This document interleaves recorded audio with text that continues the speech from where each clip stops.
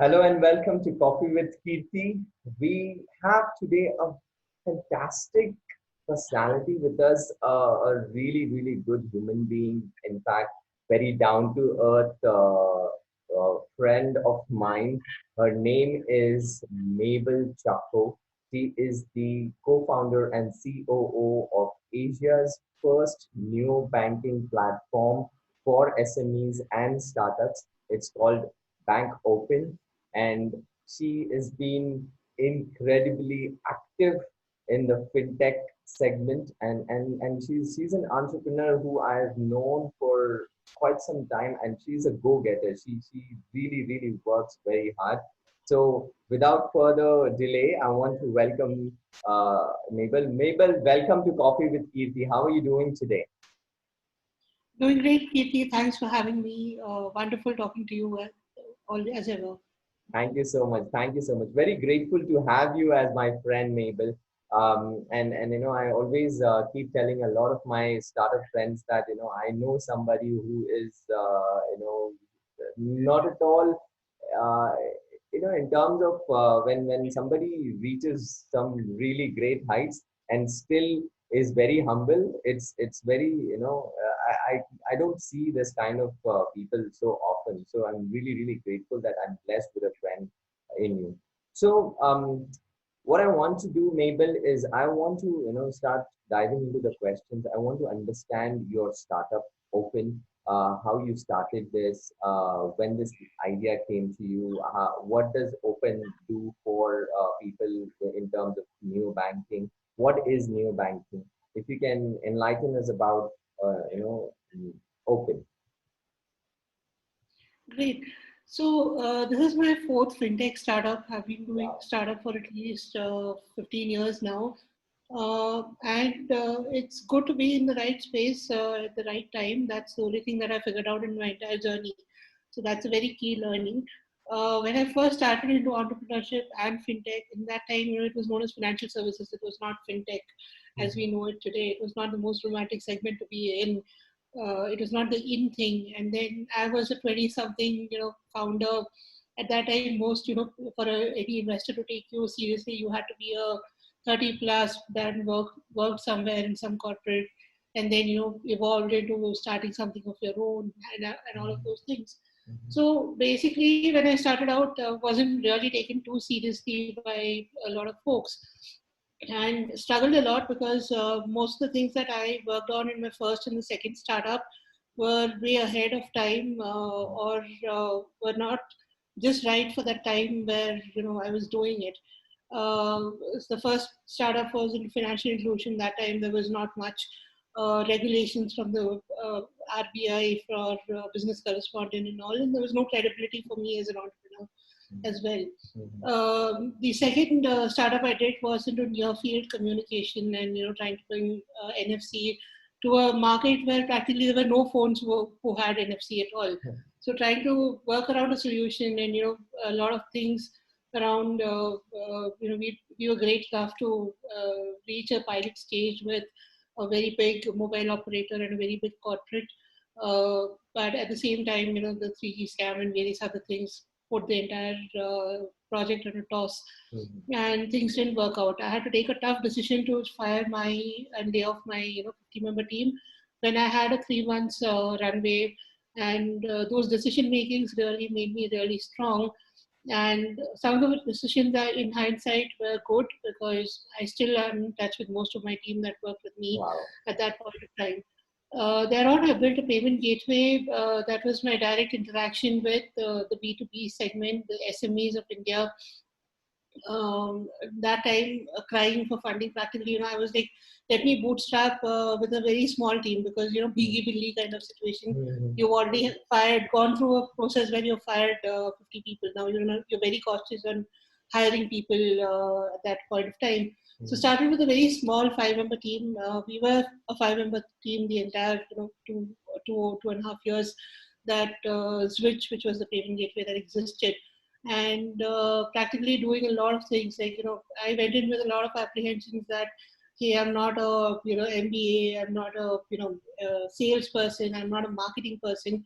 But I used to sit and dream that, if I get funding tomorrow, these are the three things that I would do for bringing my brand out. These are the two things that I would do.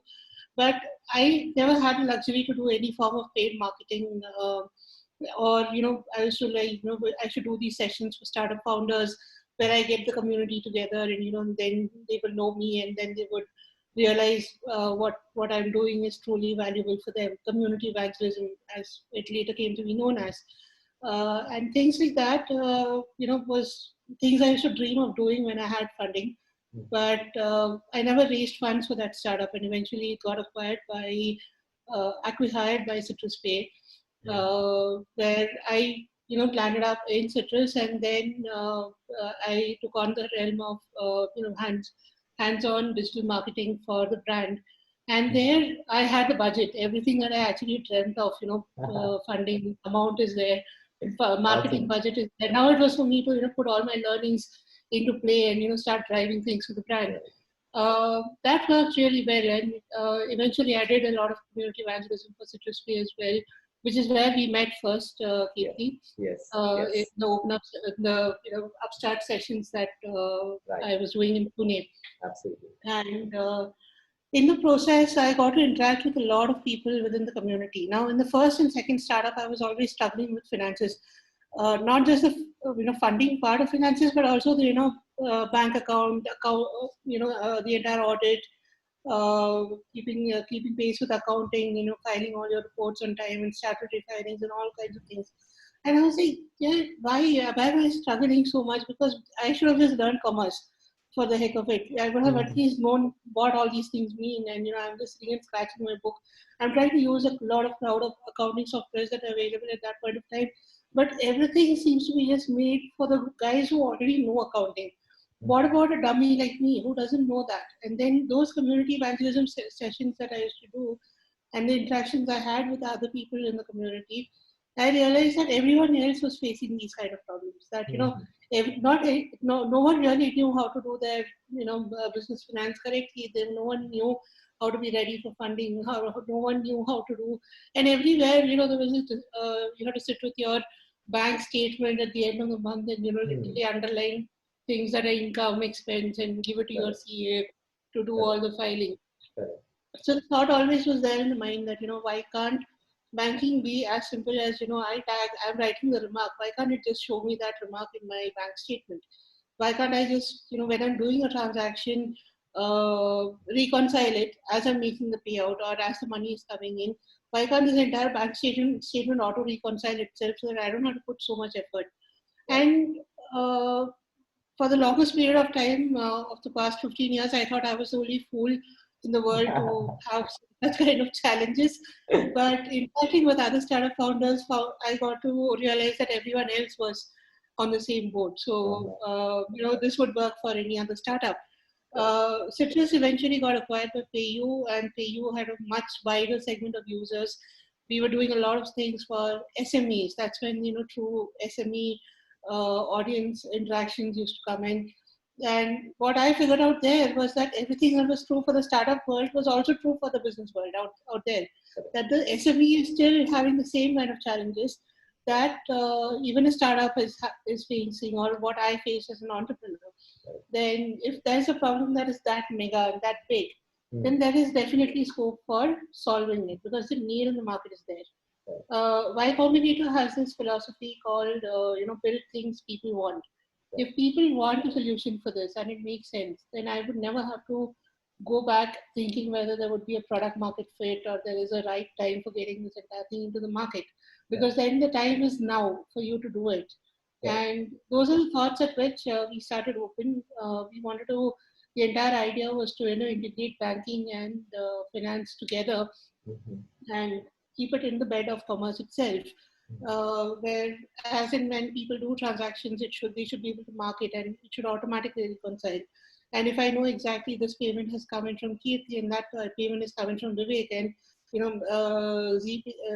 this particular payment has come in from someone else, then I wouldn't have to put in so much effort to reconcile all my bank statements. And then in that process, close to 80 to 85% of my accounting, bookkeeping would be auto reconciled. So that was a platform we wanted to build. It's very easy to say that, I want to build such a thing, but, and then fintech was a thing by then. Banks had already lost their barriers in interacting with startups. They were, more, yes, Bank and RBL and, bunch of others were also thinking of APIs to give to fintechs to work for them. So those kind of challenges were not there. But at the same time, everything depends on me getting the first bank to buy into this idea. And neobanking as a concept, essentially, so there are a couple of ways I could have achieved my, entire ambition with Open. One is for me to get a banking license of my own, which I know in the Indian market it's not that easy. Even the Tatas and the Birlas couldn't do it. So me, and being a small-time entrepreneur, I'm not going to get anywhere close to that dream. A little research on the global scenario where PSD2 and a lot of things were happening in the European markets, and banks were comfortably working with fintechs there, and fintechs were building a layer on top of the bank account. The license and everything was held by the partner bank, and all the services were being catered to by the fintech. So there were, Tide, which is UK's largest, current account generation platform practically right now. They're the biggest neobank in the UK. There's Quanto, there's a bunch of others like Neat in Hong Kong that was doing these kind of partnerships, and which is where we started. So that's the concept of neobanking, where a fintech partners with a bank, and the bank is the license holder to offer banking-enabled services on the platform to their user segment, right? And those are the insights with which we started approaching banks. Obviously, getting the first bank was the most critical thing. And typically, most fintechs require only just one banking partner. But India had some dynamic issues, the way Indian banks are, the way Indian mindset is. You would always, want to have another parallel somewhere. So we were in discussions parallelly with 4 or 5 banks, and it wasn't before 3 or 4 months of sustained effort that we actually got ICICI Bank as our first banking partner to liaise and partner with us on the solution. So that's all about starting up Open. Keerthi was lucky enough to be angel funded by my ex-bosses at Citrus, the Citrus founders, Jitain and Amrish.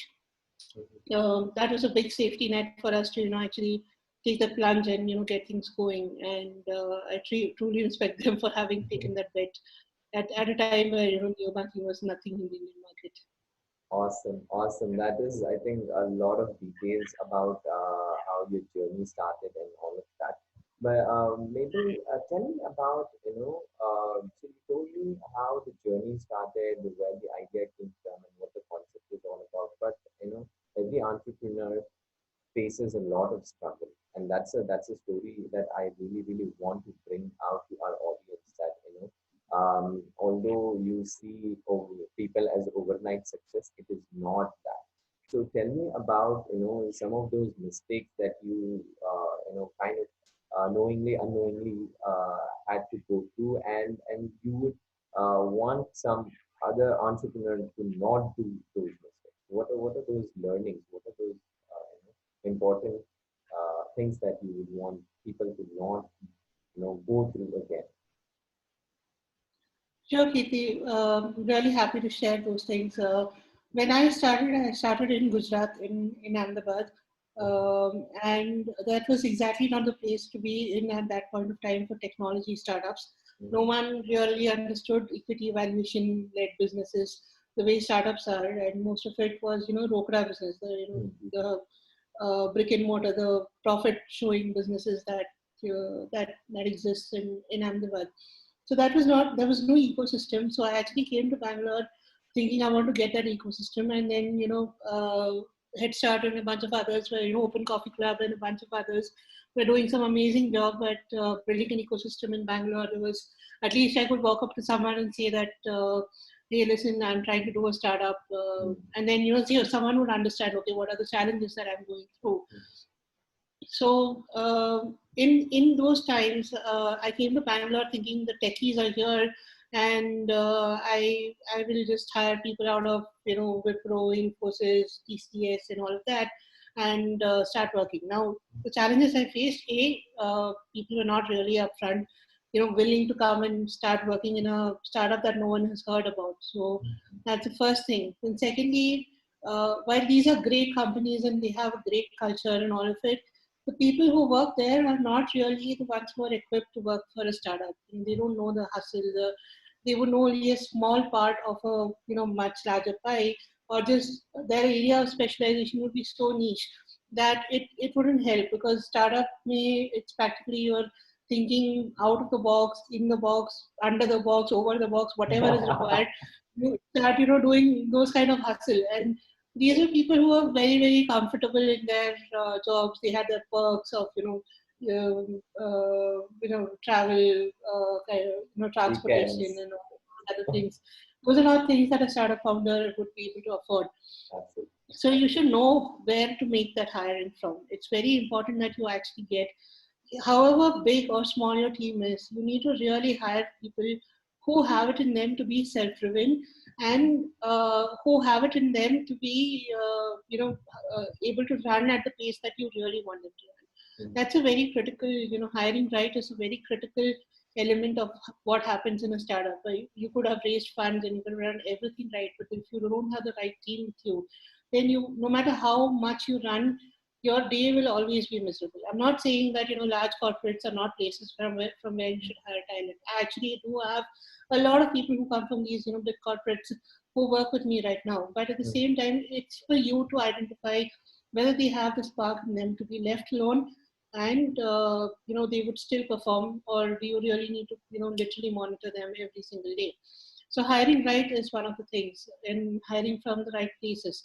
That's a very critical element of this. So the second most critical thing I learned is that you absolutely have to build things that people want. I go by that philosophy. I stumbled upon it actually just doing Open much later, after having done 2 or 3 startups, one relative success to kind of failures, right? In those situations, I did not realize the importance so much of it, but I actually chanced upon the Y Combinator philosophy 3-4 years back, where they do insist on building things people want. And trust me, there is no way you would go wrong if you keep doing things, whatever is available in the market. You would have started out doing something. Right now, for a classic example, the coronavirus pandemic. No one could have ever been prepared for this kind of a situation, right?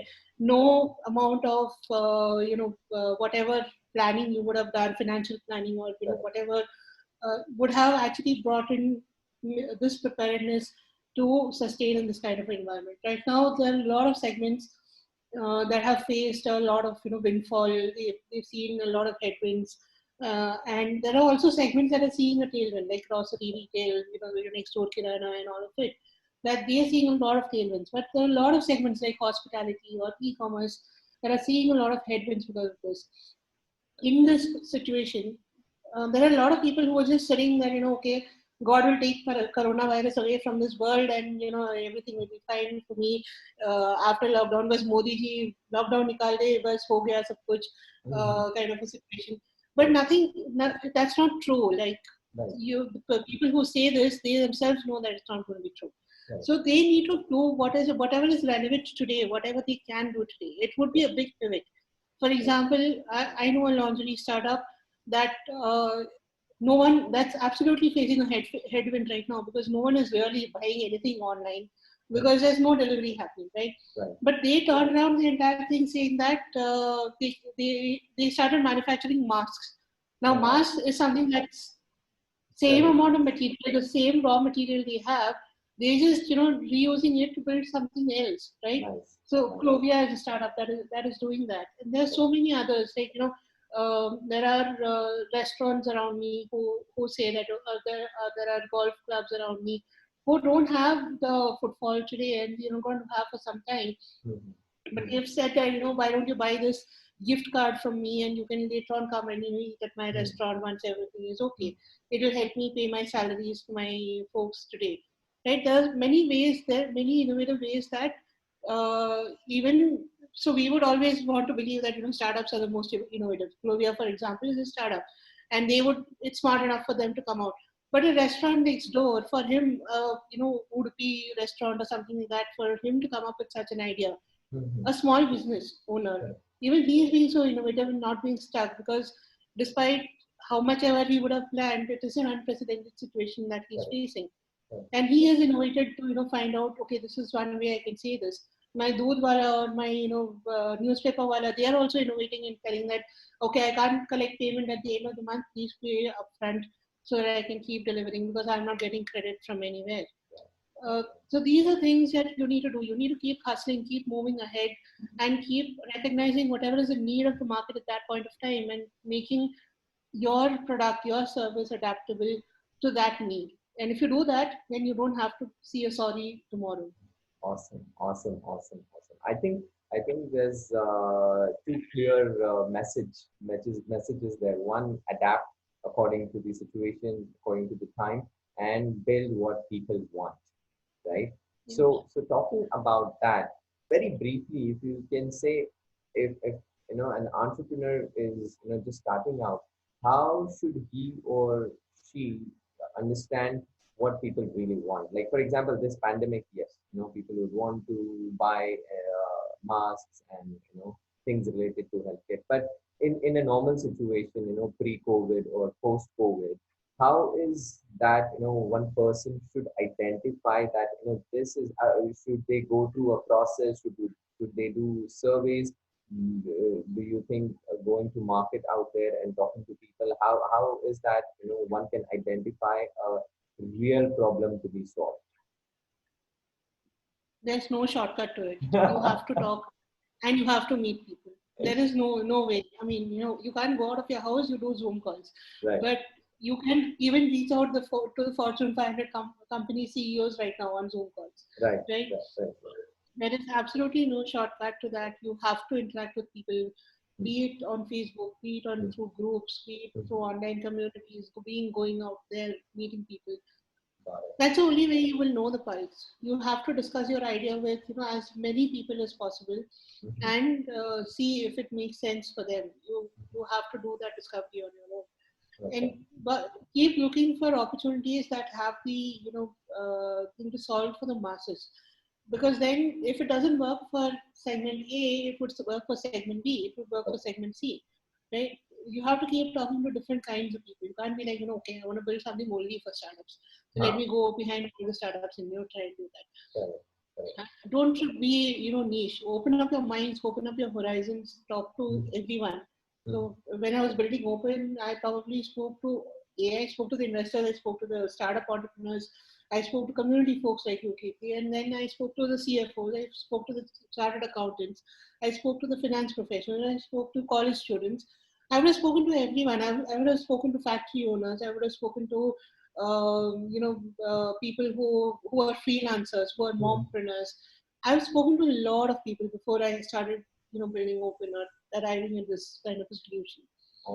Awesome. Tell me about your the funding that has happened for Open. How much of funding have you raised until now, and whatever is out there in the public, whatever information you do, and what has that journey been? Because raising funds is a full-time job, right? How has that happened? What is that with funding for Open? So we are a Series B funded startup. We've net raised around $37 million. Is total raised till now. Funding definitely is a full-time job. You need to have someone who is dedicated working with you. And we have 4 founders in Open. We have very 4 clear areas we look at. So Anish, he's the CEO, and he takes care of business strategy and investor relations. I have Deena, who's the CFO. She's also co-founder. She takes care of finance, and she is full-time talking to investors. Right. I take care of operations and marketing at Open, and I have Ajish who takes care of technology. So we 4 founders have got very 4 clear areas that we look at. And Anish and Deena are full-time, into speaking to investors and interacting with them. They are the ones who go out there doing the fundraising for the company. Right. So it's a full-time job for them when they are in that mode. there's a lot of documentation you need to be prepared with before you start approaching investors. There's a lot of metrics you need to be tracking on a regular basis, and every level teaches you a different thing. Like getting your angel investment is one thing; it's all about the idea, right? But then going to seed, going to Series A, and then Series A to Series B, these are all very different, kinds of things that you need to be prepared for. B to C is also going to be another, big leap for us. You will have to show the way investors perceive you is going to be very different. What are you going to be tracked against is going to be very different from what got you your Series A. So you need to understand those nuances, and you need to, build your team to adapt into such kind of changes that will come into the company, right? And those are some key things that. So even if you're not raising funds, you're still running your business in a way that tomorrow, if you're raising funds, you will have all of these things up front. You're not, literally scrabbling for information here and there when you're going for fundraise. So that's why it is a full-time job. Like even if you're not raising funds, you still have to do things to ensure that everything is smooth and going fine. So it's a good experience, for people who go through it. Everyone feels कि उसके बाद बस funding मिल जाए. I remember when I started out also, right? बस funding मिल जाए, बस उसके बाद आराम है. आराम कभी नहीं है. No matter where you are, whatever level of funding you are, it would be really foolishness to think that नहीं उसके बाद आराम है. You will never be at rest or at peace after that. But that's not to discourage people from raising funds. You absolutely do it, but then you should know why you're raising fund also. It should not be like मुझे बस comfortable होके बैठना है. It should be for growing 10x, growing 100x to whatever you are. You need to have that big picture, big horizon kind of vision, and that's what funding does for you. It gives you that for you to grow to a 10x and 100x. Otherwise, why would anyone put in money? They need to show ultimately they need to give returns back to the LPs, right? To the ones who actually put in the money behind you. Absolutely. So always have that broad vision. Awesome. So, maybe tell me about your milestones that you guys have achieved at Open. I want to understand how many SMEs are getting benefited by working with you, how many banks you guys are working with, what is your team size, and all the milestones, the achievements that you have done in the past couple of years since you started, right? So what are those milestones? So we are a team of 165 today. Wow. We cater to around 450,000 SMEs on the platform. That's a very big number. It's a huge growth, and I'll tell you exactly how you keep achieving that every time. We keep growing ourselves 10% every week. That's the target that we all target. Like you be 10% better every week on week, and then you could make that a habit that you have to grow 10% every week on week. So you will ultimately reach a mass scale. That's another Y Combinator philosophy. How much do you grow? You grow 10% every week. That's how you have to keep measuring yourself, and it's good to have those kind of metrics. No matter most startup founders would say, I hate all these metrics and all of it, but metrics actually keep you grounded to reality, and then it helps you improvise a lot of things. We process close to 600 crores in transactions using the platform. So that's how we have grown, and most of it has been in the past 1 year. So when we initially got the POC and everything ready, we had launched it in a closed beta to 100 users, and then we slowly, gradually, we had built a waiting list for people to get onto the platform, and we slowly, gradually kept opening up to more and more people, and then the actual beta, the closed beta went on to 500 users. And then we did an open beta. We, slowly, gradually started adding people onto the platform, and that grew to 5,000. And then from 5,000 to 10,000. And then the third version of Open came out. The second version of the product got ready, and that was with the actual current account product, and that then saw the remaining part of the growth, and we keep improving every week. We add around 40,000 SMEs on the platform every month right now. Oh, wow, 40,000. That's a big number. And how is this situation, this pandemic, treating you guys in terms of serving that big number of 4 lakh SME startups? How are you guys coping up? So certain things like current account of opening, and that requires a in-person visit from the bank official and wet signature on form. Those things are definitely seen a impact of the lockdown because people are not able to go there. The only accounts that are getting opened are the ones that are nearer to the bank branches that are located. So that's there's been an impact on that, but everything else has been working fine. Like number of transaction processing, it is not dipped. It's still steady and it is going higher. Right, the deposits we hold with the banks have not gone down. They have, even that is gone steady. So we've not. So while we were thinking that there would be an impact of some of these things on the business, the impact is not as severe as we had perceived or planned it to be.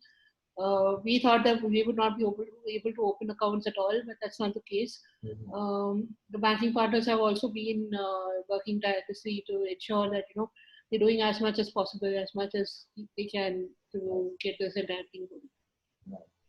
So, what is the process that a customer goes through in working with Open in terms of if I'm an SME or a startup, what am I supposed to do? I need to download your app and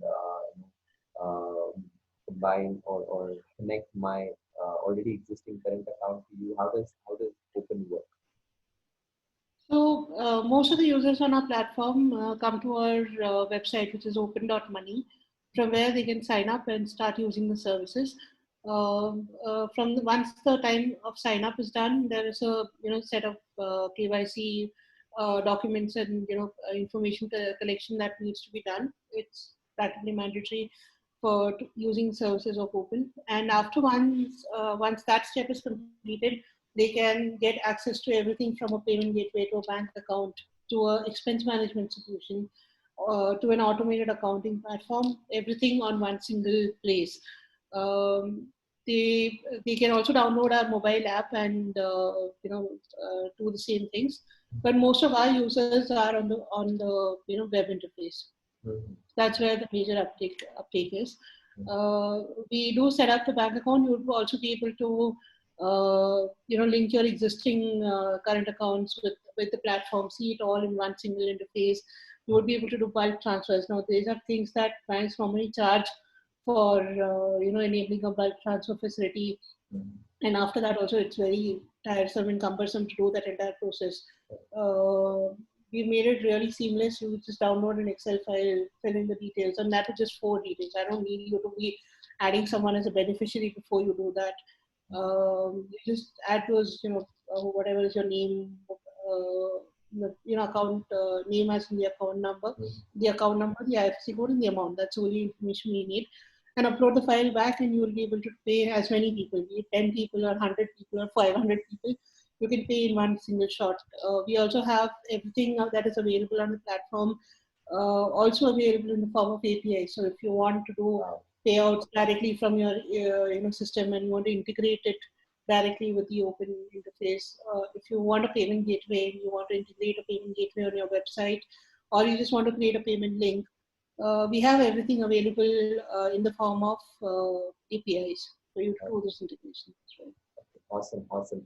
So, one surprise question. If you were not an entrepreneur, what would you That do? I don't know. I was trying. I always wanted to be a writer, a translator. Wow. Trying to get. There's so much of literature available in our local languages. I always wanted to translate that into English so that the world can, read it. I might have been a writer or a translator at that. Awesome, awesome. Entrepreneurship actually was a surprise for me. Oh, It happened. I did not plan to be an entrepreneur. You're an accidental entrepreneur, are you? You can say it that way. Okay. I had my ideas and things, but uh, it just happened to me. Awesome. Awesome. And I'm Awesome. glad it did because I just love whatever I get to do as an entrepreneur. Very nice, very nice.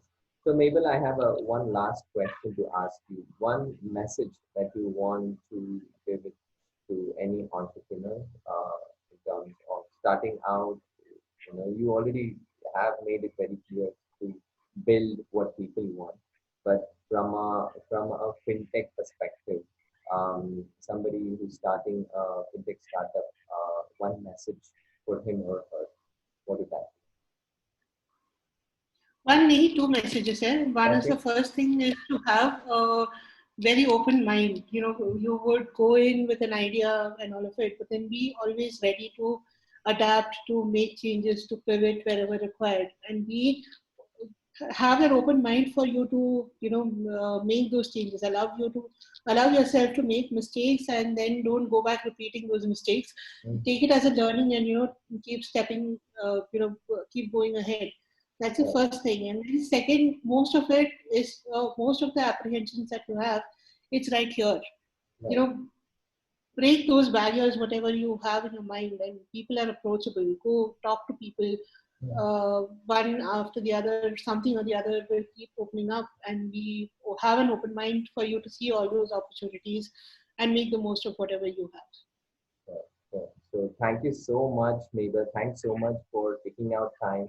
Thank you for coming on Coffee with Keerthi and sharing all your, your incredible story of coming from Ahmedabad and starting out and raising that 30 $38 million of investment funding and all of that. I think it's a great story. It's an inspiration for somebody who is going to be watching this. I'm going to share some of your information in the description so that people can, if they would want to get in touch with you, be able to do that.